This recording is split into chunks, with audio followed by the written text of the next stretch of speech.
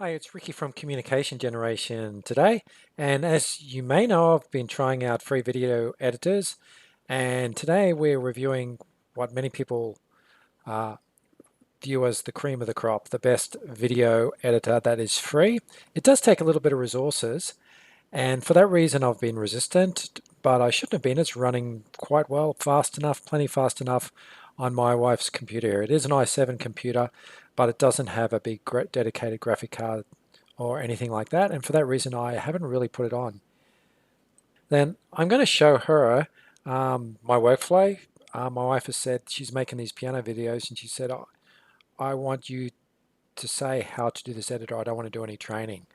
I'm not sure how wise that is, but this is my workflow in making a little video like this. And you can see it's got a little in screen here, and there's a little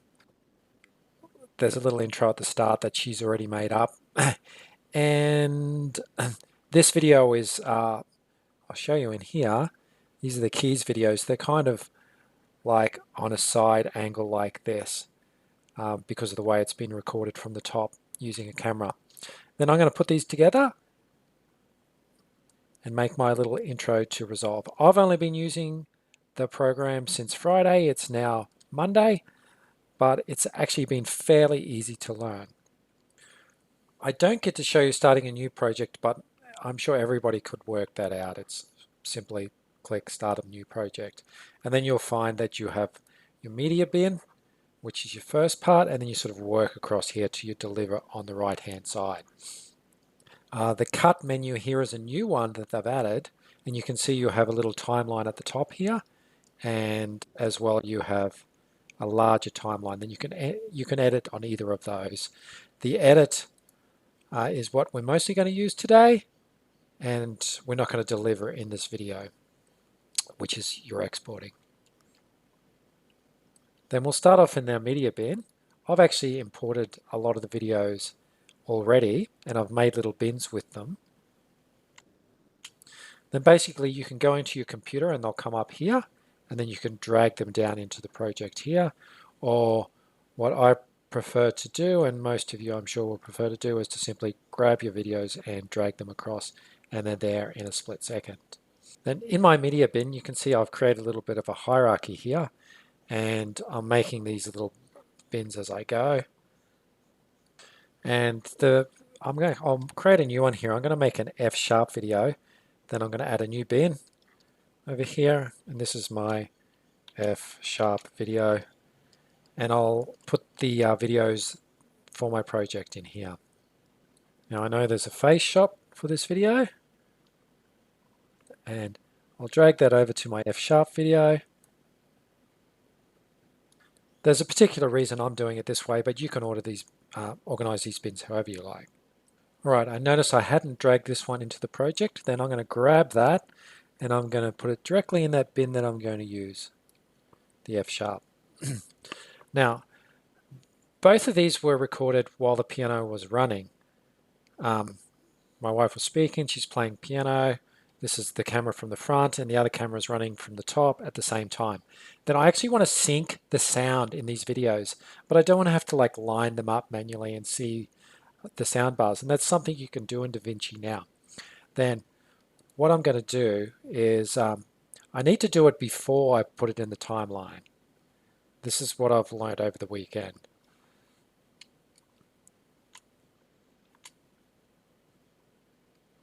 Then what I'll do is I'll select these two clips. Then what we're doing is we're lining and syncing the sound up. And then the next window over here, not the media window, but the cut window, I'll click in there. And this is where I have the functionality to sync these. You can see these little arrows, one going in a little circle together. If we click that, that'll allow us to sync. First shot, second shot. And then this is sync to time code, but we're using the second one here, which is sync using the audio waves. And then it'll go through and look at these audio waves, and you can see that's probably the same as there. And it'll sync these up. But we don't have to do that. We'll simply press sync. And now, theoretically, it's gone and synced those up together, although I don't know why that one's a little bit longer than the other. And now I'll click Save Sync. Now if I go back to my media bin, you can see there's, well, you can see here in the media pool that there's the little sync symbol here. Now if I go back to my media bin, you can see this is the synced one. There's the originals and the synced. And that's the one I'm going to put into my timeline.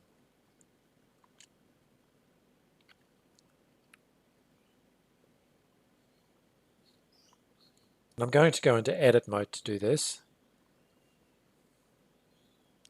And here it is here, this one. Notice you can turn these on and off anytime. Like I can, and then I'll get full screen real estate if I turn my media pool off. But I actually want it now. I want to grab that media sync and drag it into my timeline.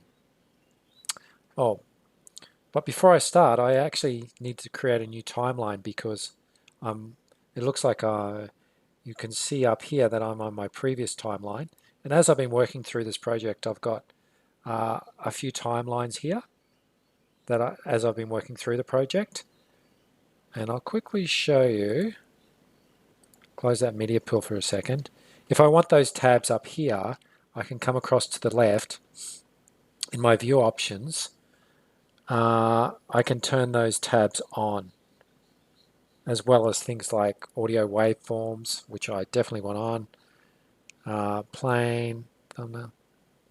And I can also make the audio and video like a different height here. Oh yeah, there's tabs.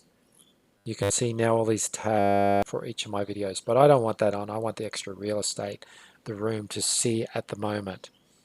It's really handy having the ability to expand these, and I'm actually going to make the sound a little bit larger while I'm here. All right, now where was I? We're going to make a new timeline then to drag our clip into. Then I'm going to go back to my media pool, and I'm putting all the timelines here. All right, I'm going to add a new one here, timeline, create new timeline, and this is my F-sharp scale. Notice I've called them all different things. I'm learning. All right. All right, this is a blank timeline. All right, then I'm actually going to go and grab my media sync and drag it on there again. Let's get this out of the way.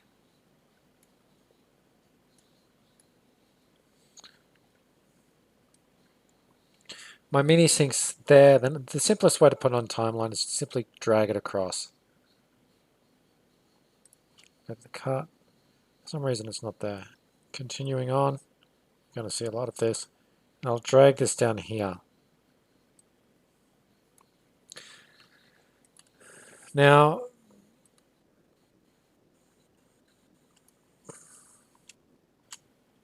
right, you probably noticed that, but I didn't. But I actually grabbed the wrong file, but I'll try that again. I'll grab this one and drag it straight in. That's what I was trying to do. And I'm having a few issues because it's causing confusion with the screen recorder. All right, then there it is there, but it's not all in separate clips. Then if I want to see all, if I scroll over the top of it,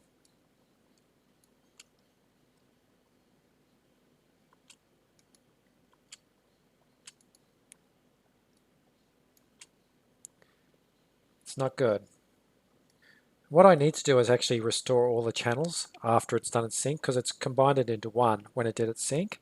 Then we have to go in here and click Open in Timeline right here. And now we have all those clips again.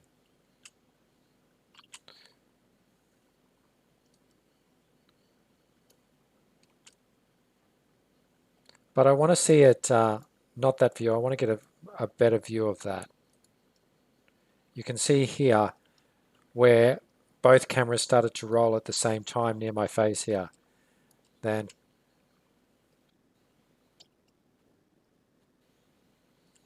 all right,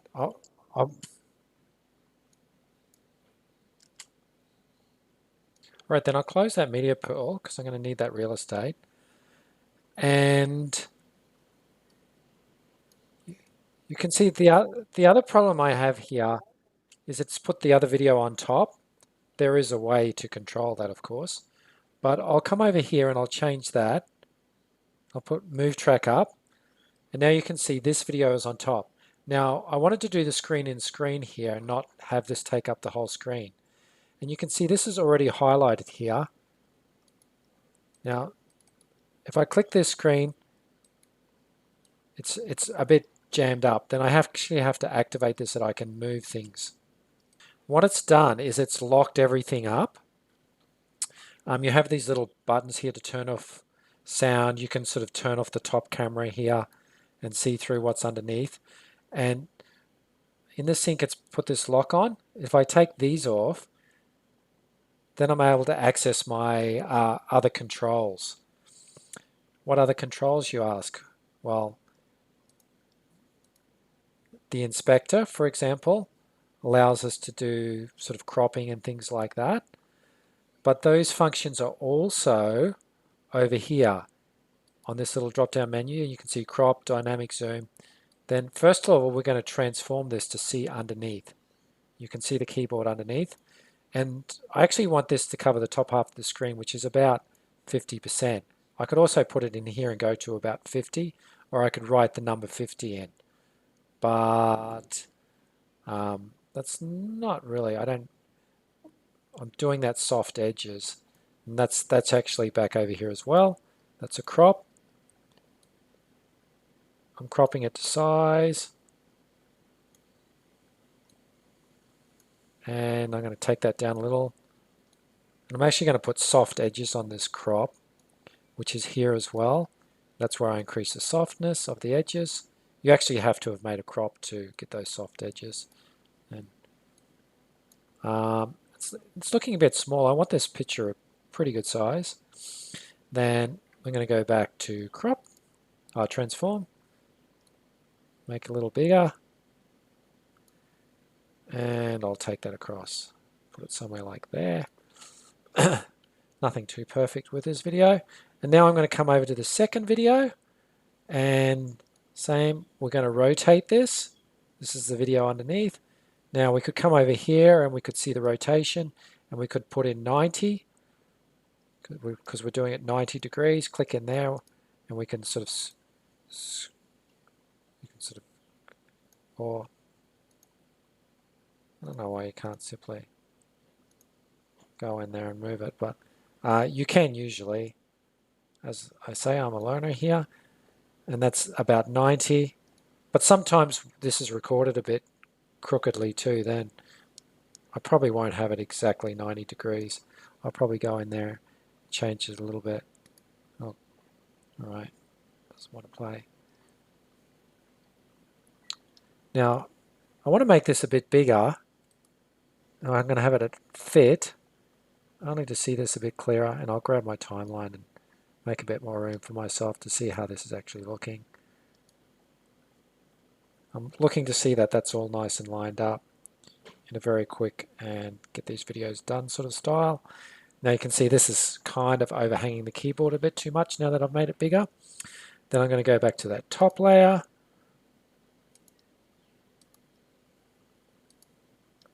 All right, is that it there? All right. And I'm going to put that like somewhere there.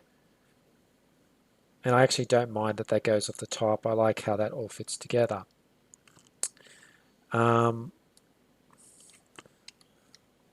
This is kind of, have a quick look and see what it's looking like.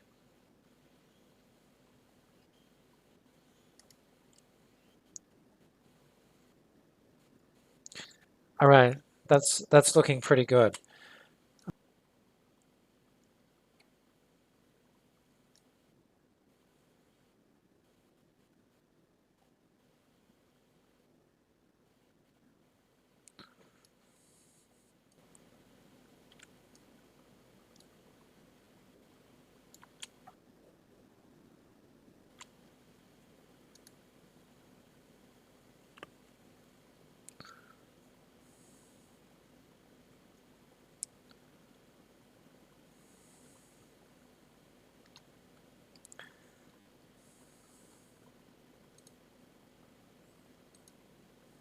All right, then I'm not sure what you missed there, but I was playing around, uh, not realizing if I had it paused or not, but a couple of ways to edit was to use this razor blade or to simply grab the end here and drag it around a bit.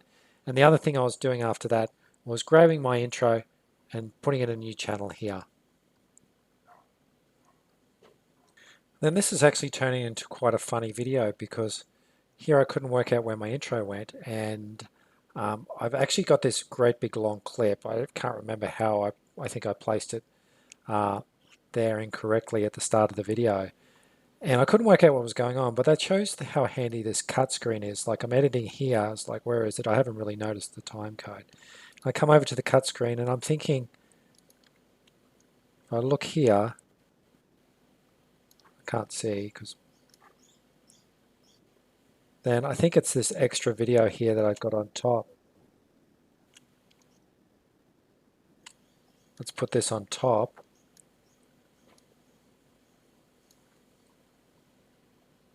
Hey, I've lost my little timecode recorder. Where's that gone now? There it is. Then I'm actually going to work out what's going on here and get back to you. Yeah, then I could not work out what happened or what I did with one of those timelines. Then I've actually gone in and started a new timeline, and I'm simply going to go back to my F timeline, and then I'll copy this, and I'll go through to the other one. And after I've done this, I'll delete the other one. As I said, I've only been learning this program for a few days now, and you're going to see these comical mistakes. I'll go back to this other one, and right, paste. Then here it is here. Now hopefully I won't get the same fun and games. There's the cut menu. I'll take it right back to the start. Then hopefully I won't get the same fun and games when I put this intro with music over the top. It's actually going to the right place now. I don't know if I had like hide video or something like that selected, but I'll drag this across here. All my things are getting in the way. Anyway, I could put a transition in here in the effects library. There's all sorts of video transitions, audio transitions. But I'll put a little like fade in. We'll see how that goes. That's what I've been doing anyway, these videos. I think it's not working because of this. Is that right? Yeah, that's working all right. It's very small at the moment. I need to get my dual monitor working, but happening. And also with the sound, you can sort of simply grab these bars, these sound bars, and drag them up and down to make it a louder or quieter. I'll make those bars big again. Never hurts to learn things a couple of times. The audio height. Yeah, you can sort of grab these and you can add control. Alt click, you can even put in keyframes and things like that. Oh, alt click, not control click. And then you can sort of like, you know, high there, low somewhere else. But I'll quickly press Control Z and get rid of those. I don't need that sort of precision with this video. Oh, too many times, redo.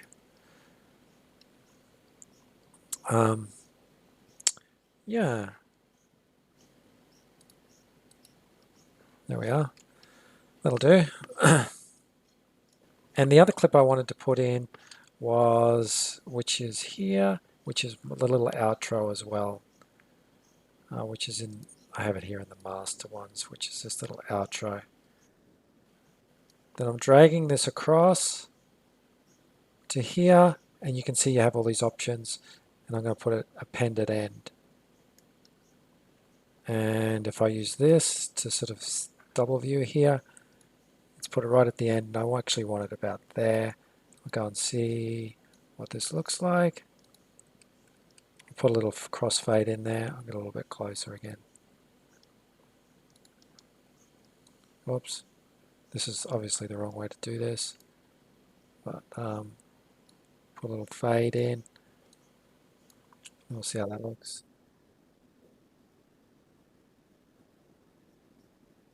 All right, then.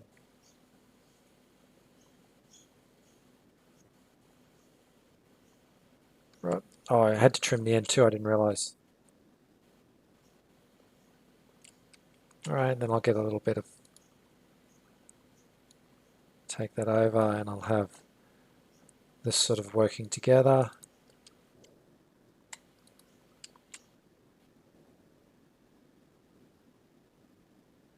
And I'll put that fade in again here, that it sort of fades from my wife talking.